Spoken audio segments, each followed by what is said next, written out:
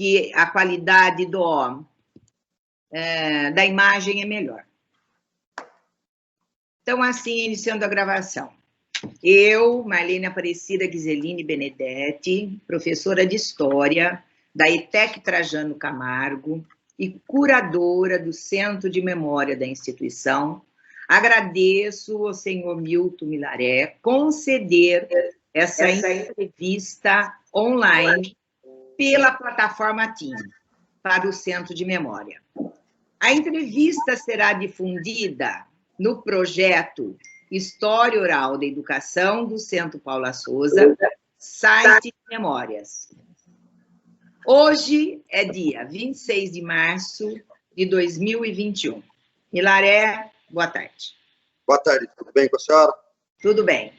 Primeira questão. Eu gostaria de falar um pouquinho como é uma história oral de vida. Eu gostaria que você falasse um pouquinho da sua origem familiar e social, tá? O que é que você tem que dizer?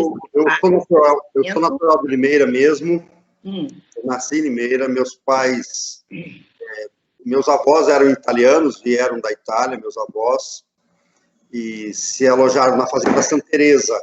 Meu pai nasceu na Fazenda Santa Teresa, e ele veio para a cidade, ele já tinha 2 filhos, 3 filhos, quando ele veio para a cidade.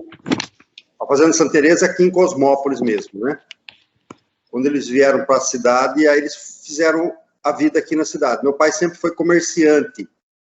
Ele era caminhoneiro de cana na fazenda, meu avô era o administrador da fazenda, então meu avô, de certa maneira, era uma pessoa culta, era uma pessoa letrada, como fala na época, né? E meu avô uma pessoa muito inteligente, ele teve muitas posses aqui na cidade. Ele deixou uma casa para cada um dos 9 filhos quando ele faleceu. E o meu pai sempre foi comerciante, teve açougue, na época casa de carnes, né? Depois ele teve bar, e ele já trabalhou também como vendedor ambulante, vendedor de rua.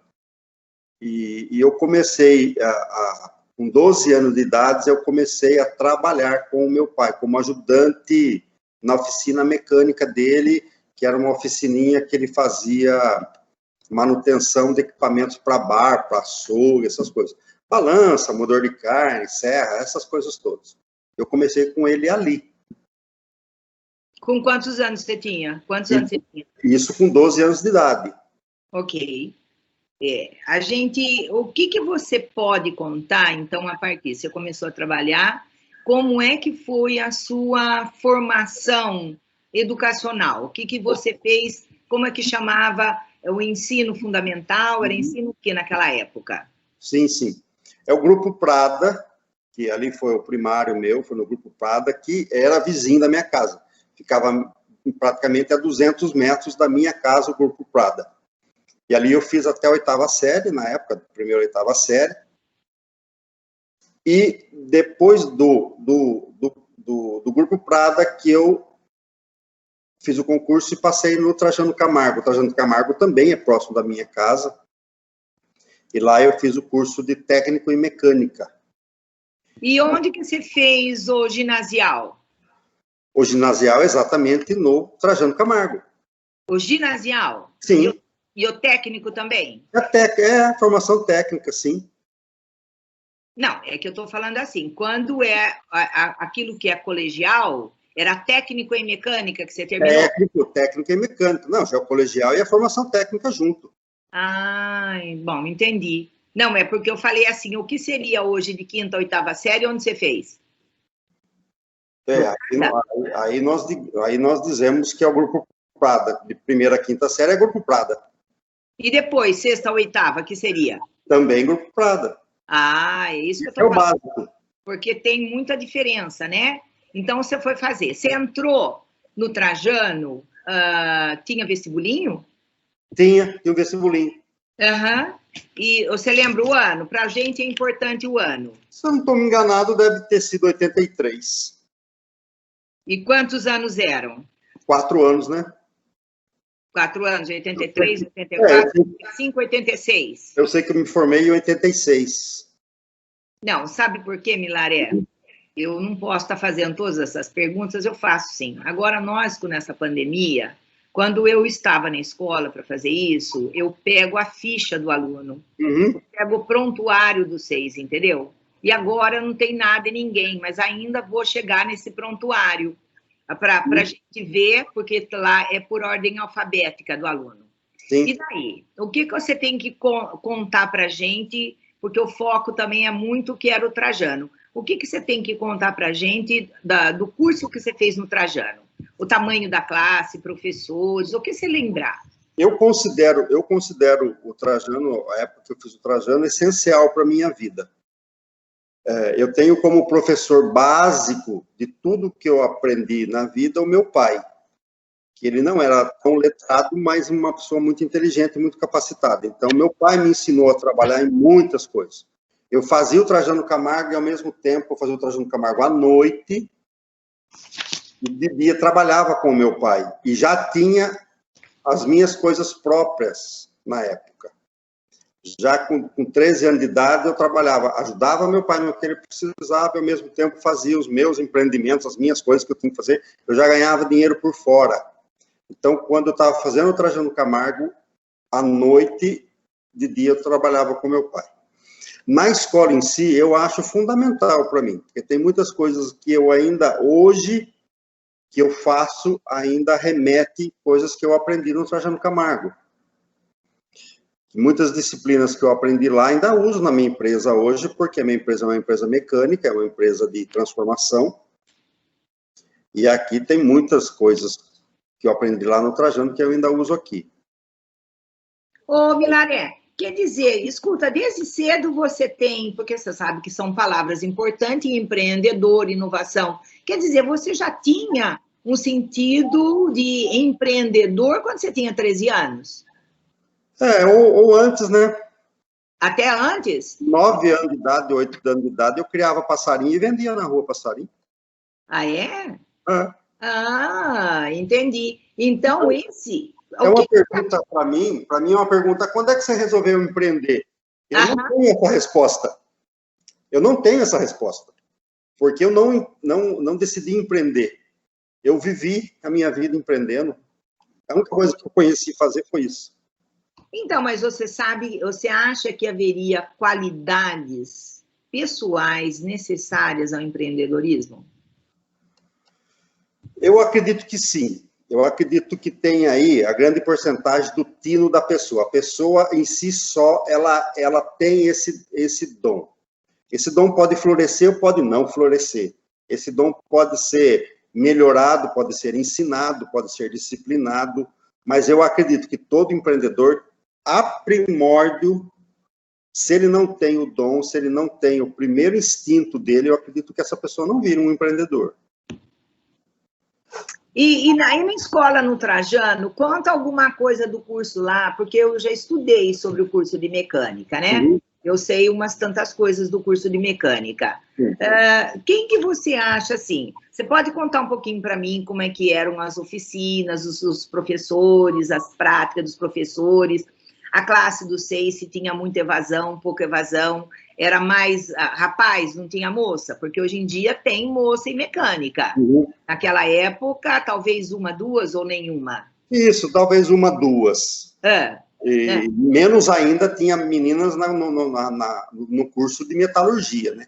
Tinha menos ainda. Mas na minha classe acho que tinha 2 ou 3 meninas.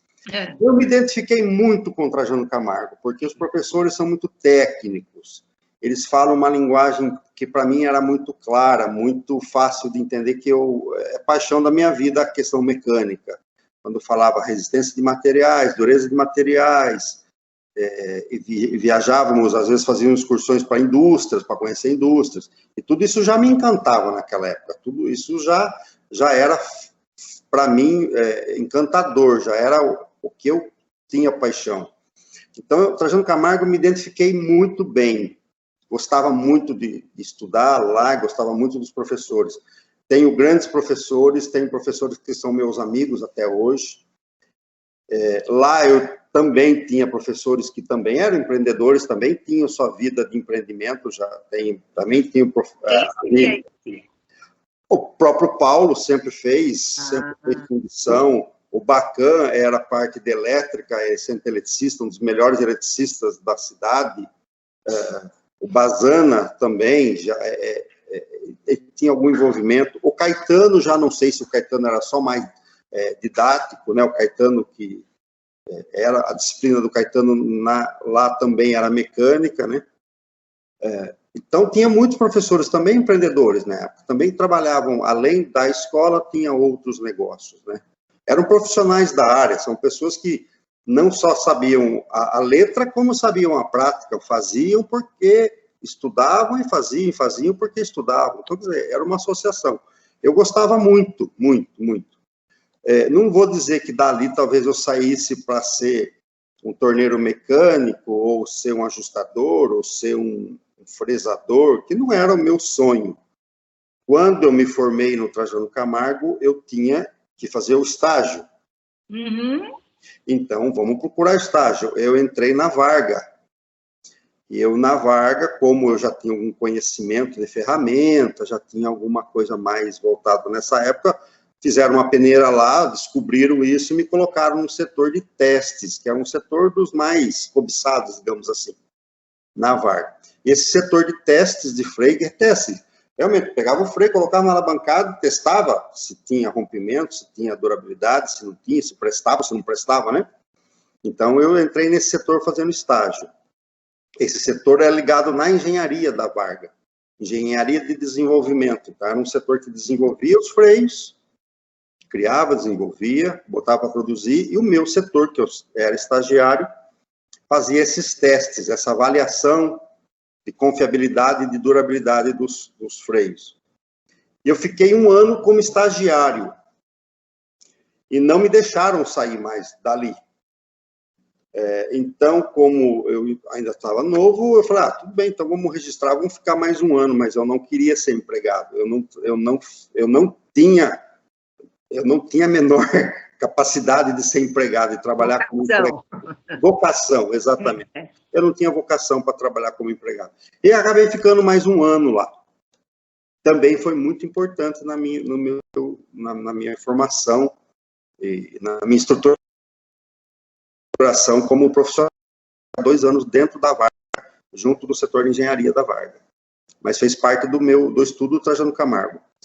Só para avaliar, para a senhora ter uma breve noção da importância, da capacidade do Trajano Camargo, quando se colocava alunos vindos do Trajano Camargo, confrontando com alunos vindos do Cotil, se eram setores mais burocráticos, como fazer planilha, fazer metrologia, essas coisinhas mais simples, mais tranquilinhas, pegava-se aluno do Cotil. Yeah. E quando precisava de pessoas mais tarimbadas, mais para áreas, mesmo no estagiário, fazer estágio em áreas com maior capacidade de mão de obra e com maior entendimento do universo da mecânica, pegava-se pessoas, meninos que vinham do Trajano Camargo. Então, eu poderia dizer assim, cada 10 estagiários da Varga, no mínimo 7 eram do Trajano Camargo, 8 eram do Trajano Camargo, os outros que eram do Cotil. Ô, Milaré, você está falando umas coisas que afetam muito o coração da gente, tá? E porque faz 26 anos que eu estou no Trajano Camargo. Eu escrevo, há mais de 10, eu escrevo sobre certos momentos da história da escola. Sim. E a gente gosta de ver que o esforço da gente não é em vão, embora eu não seja nada de técnica. Eu gosto muito da coisa de mecânica, mas eu não tenho nada técnico, eu dou aula de história, né? Sim. Mas a gente fica, assim, muito contente de saber que a escola foi de valia para os alunos, né? Até eu poderia perguntar assim, olha, para a sua educação profissional, o que você acha que a escola não lhe deu? Porque não era aquele tempo, digamos assim, de tecnologia, né? Sim. Você não tinha AutoCAD, não é isso? Tinha? Não, tinha não. Então. Desenho no lápis. Então, no lápis, aprendeu. Então, eu vou falar assim, você lembra de alguma coisa, se você disse que resistência dos materiais, o Paulo que deu aula para você? Provavelmente, provavelmente. Eu sei que o Paulo dava aula de desenho, de resistência dos materiais, e eles dessa área técnica, eles davam para várias disciplinas. Uhum. Agora, você acha que o curso da escola poderia lhe ter dado mais algum gabarito para você empreender, para você fazer, o que falhou, se falhou? O que você acha disso? Se você lembrando da sua... Então, como responder um negócio desse? Na minha visão, eu não teria uma resposta. Eu não teria o que mencionar. Porque quando eu saí e fui fazer o estágio, saí do Trajano Camargo, e fui fazer o estágio, eu fui bem aceito e fui aprovado nos testes da Varga. E foi o primeiro e o único teste que eu fiz para estagiário, foi na Varga e já fui aceito. Quando eu estava efetivando o meu estágio, fui reconhecido e o que eu aprendi no Trajano Camargo me deu base para sustentar e para levar o meu estágio ali de boa maneira. Tanto que depois eu ainda fui efetivado. Milaré, o estágio correspondia ao 4º ano ou era além do 4º ano? Então, a minha memória tá me traindo agora, que eu não tenho certeza absoluta disso. Não tenho certeza absoluta. Não, se eu pegar seu histórico, que está no prontuário, eu vou saber disso, entendeu? Sim. Porque certas vezes, quando era noturno, tinha curso diurno e curso noturno. Sim. Às vezes o diurno era de 3 anos, o noturno era de 4 anos. Mas esse 4º ano do noturno correspondia a estágio, às horas de estágio.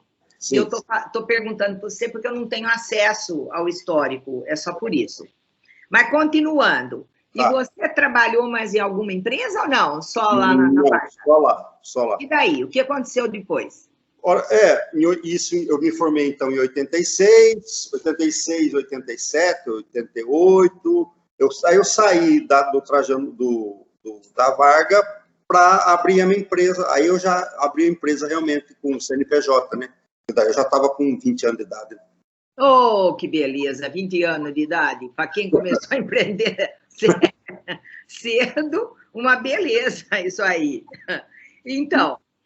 o que mais que você pode me dizer aqui? Eu tenho mais coisa para perguntar. Inclusive, assim, com certeza a resposta é não. Você guardou algum diploma da escola, que eu falei assim para a Fernanda, que poderia colocar aqui? Algum diploma, algum troféu, algum prêmio? Você tem algum livro, algum caderno, alguma coisa? Eu tenho aqui nos meus arquivos, aqui eu tenho o diploma e tenho o histórico do Trajano. Não procurei, porque, como a senhora sabe, dependendo da época do ano, eu viajo muito, e dependendo da época do ano, eu não viajo nada. Então, essa época pegou uma época que eu estou viajando muito, que eu estou bastante atarefado de trabalho. Então, eu não tive tempo de procurar isso. Mas, assim, eu tenho fotos, né, do pessoal, de algumas fotos do pessoal da época, mas não separei nada. Então, Milaré, então vamos fazer uma coisinha assim, eu já sei que você está concedendo isso aqui com aquele favor, porque já está viajando, chegou de viagem e vai viajar. Mas se você tiver uma hora, se você permitir que a Fernanda dê uma olhadinha de diploma, dessas coisas, sim, ela poderia digitalizar para mim, escanear e mandar. Sim. Entendeu? Aí seria de grande valia, porque, sim, inclusive fotografia, é o tipo da coisa que tem hora que a gente tem, mas não tem nem a data, sabe? Não está marcado quem é que é, se você souber. Então, é difícil para a gente conseguir informações. Por isso que a gente pergunta a data, aonde fez, essa sim, coisa toda, entendeu? Sim. Escute, e daí, quando você montou seu primeiro negócio, era sobre o quê? Você teve parceria, você teve capital aplicado aí? Como é que é? Conta esse início aí. Quem sabe inspiração para os nossos alunos, né, Milaré? Isso. Não, o meu primeiro negócio, graças a Deus, é o único. Vá. Eu só tive essa empresa aberta, e ela é aberta até hoje.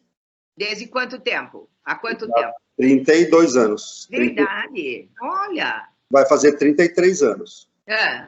O ramo é aproximadamente o mesmo, né? Mudou algumas coisinhas dentro do ramo, mas é a mesma coisa.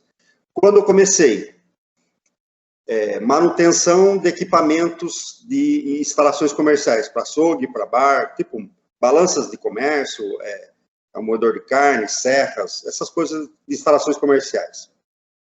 Disso da manutenção, virou loja, que é compra e venda desse mesmo material.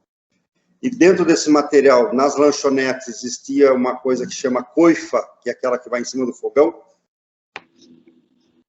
Então, da coifa, na venda de instalações comerciais, tinha que se fazer coifa. Então, eu comecei a fabricar coifa. Então, a fábrica começou daí. Eu acredito que 90, por aí, eu já estava começando a fabricar coifas. Aí virou coifas de residência e coifas de comércio. Mas tudo dentro dessa área mesmo de instalações comerciais.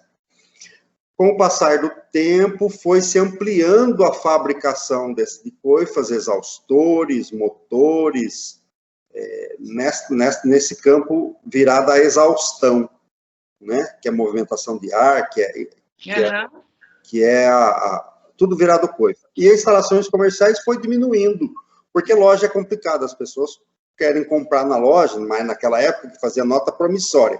A senhora nunca deve ter assinado uma nota promissória, né? Não, olha que já, eu não sou tão nova assim, hein? Então tinha nota promissória, e aí as pessoas pagavam a nota promissória.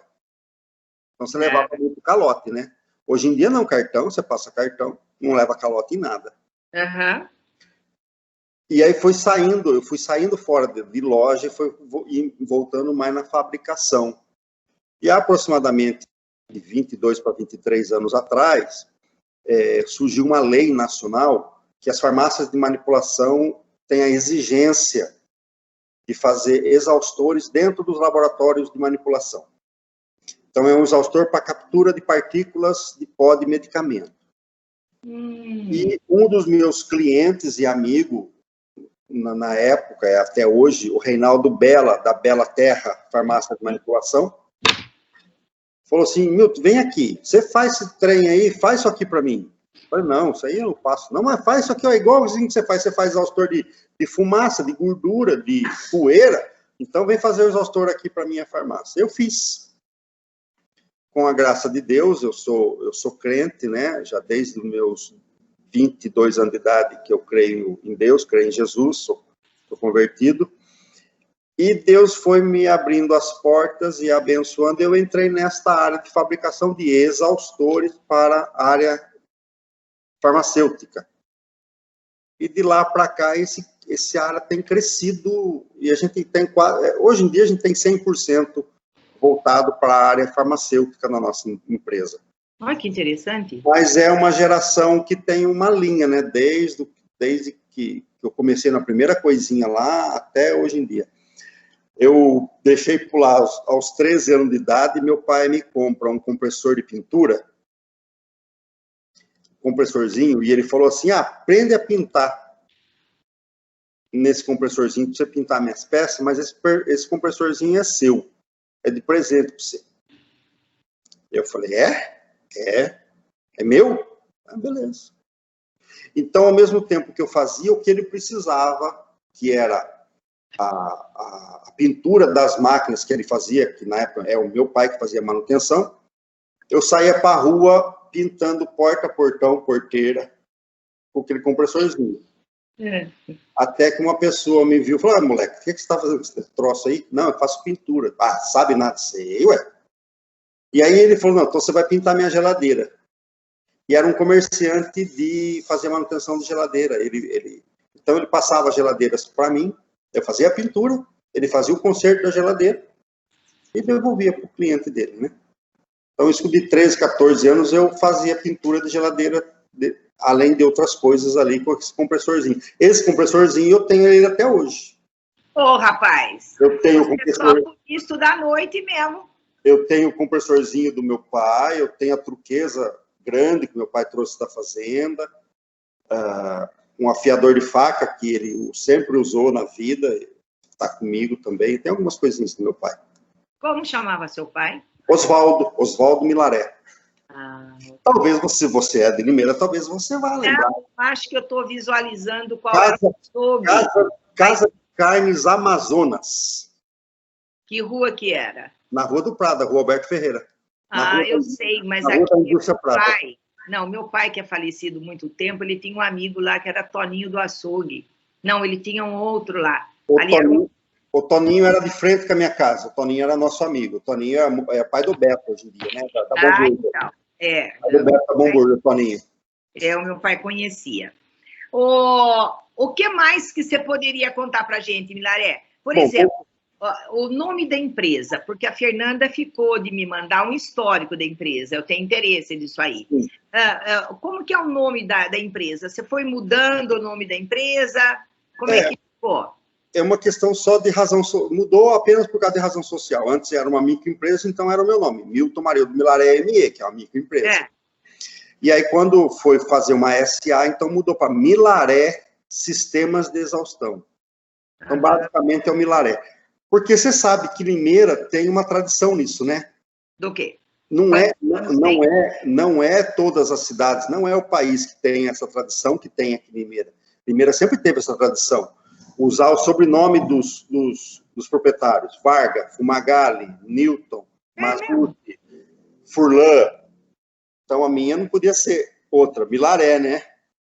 Roque, Invicta. Tudo esses eram o sobrenome dos fundadores. E o meu também foi assim, é Milaré. E eu não vejo muito isso em outras cidades. Interessante. Não vejo, eu conheço... Assim, é nome fantasia que eles colocam? Não nome fantasia. Aí tem muito SJC, FV, BF, tudo letrinhas assim, né? Mas, por exemplo, na minha área do meu setor, todas as empresas que eu conheço que fazem exaustor, nenhuma delas tem o sobrenome de quem trabalha ali. Não, é Exhaust Farm, é Multilabor, é Exhaust Lab. Sempre assim, você nunca sabe quem é realmente... Mas Limeira tem essa tradição, né? Você acha isso interessante, bom, necessário ou não? Necessário? Não sei, é uma questão de identificação. Nós, na nossa empresa, ganhamos muito com isso. Ganhamos muito, muito. Em termos de credibilidade, então, nem se fale. Credibilidade tem outra também. Fundada há tantos anos. Desde, não é? Isso, tem isso também, sim. Tem isso desde tanto. É sinal que passou crise. E aí, como é que está a crise pandêmica para você aí? Como é que está para a empresa? Olha, eu vou dizer assim, eu passei por várias crises. Eu posso dizer, desses 30 anos, eu consigo classificar as 4 grandes crises que passou o país, claro, minha empresa também passou. Essa crise que teve aqui foi uma crise de pessoas, não foi uma crise de mercado, foi uma crise de pessoas. As pessoas estavam em crise. Quando deu o ano passado a pandemia, não é o mercado que ficou em crise, eram as pessoas que ficaram em crise, porque simplesmente os projetos pararam. As pessoas estavam com projetos em mão, projetos em andamento, pararam. Não, vamos ver como é que vai ficar, vamos esperar, não sabemos qual vai ser o destino. Então, ano passado, a nossa empresa foi obrigada a entrar em férias coletivas por 20 dias, por falta de projetos, não por falta de trabalho, que até tínhamos andamento em trabalho. Mas passando aquela crise pessoal das pessoas em si, particulares, assim, sem saber o que fazer, do ano passado, como todo o mercado, deu um boom, né? Deu um crescimento muito grande até o final do ano, cresceu muito. Nossa empresa, no ano passado, cresceu 16%. Em meio às crises, mesmo parando esse período, mesmo a gente aproveitando para fazer uma limpeza na empresa, até mesmo na empresa do quadro de funcionários, né? Que achamos necessário na época, fizemos também. E depois, de agosto para frente, voltou, o mercado voltou, as pessoas voltaram a ter credibilidade em fazer os seus negócios, né? Os seus Porque eu vivo também do crescimento do mercado, né? Mercado. A cidade cresce, vai fazer uma nova farmácia de manipulação, então estou eu lá, né? Uma indústria farmacêutica, estou eu lá. Um hospital, estou eu lá, né? E esse ano aqui, agora que está voltando essa segunda onda, mas essa segunda onda as pessoas já não estão mais em crise. Não há crise no mercado farmacêutico em si, né? E as pessoas não estão mais em pânico a ponto de parar os seus negócios. Então, estão tocando os projetos, né? Então, assim, eu zelo muito pelos meus funcionários, eu temo muito por eles, eu quero o bem deles, né? Estou contratando, se tiver pessoas de gabarito, estou contratando, tanto no setor administrativo, contratamos agora esse ano, e na produção também contratamos, estamos precisando de pessoas para trabalhar, e cuidando dos funcionários, assim, sempre atento ao que está acontecendo com eles também, da saúde deles, da família, dos amigos, dos parentes, sempre atento, né, para que todos fiquem bem, né. Deixa eu falar uma coisa, mas, Milaré, eu vou parar eu vou falar umas outras coisas com você, mas eu acho que eu não preciso mais gravar, tá? Você tem alguma coisa para dizer? O que você achou da entrevista? Você tem algo a dizer? Gostou, não gostou? Tem alguma coisa a reparar, acrescentar? O que você achou? Não sei, essa pergunta eu levo para você. A senhora gostou da entrevista? Não, adorei. Achou que foi, em relação ao Trajano Camargo, foi o suficiente de falado? Quer que eu fale mais algo do Trajano Camargo especificamente, né?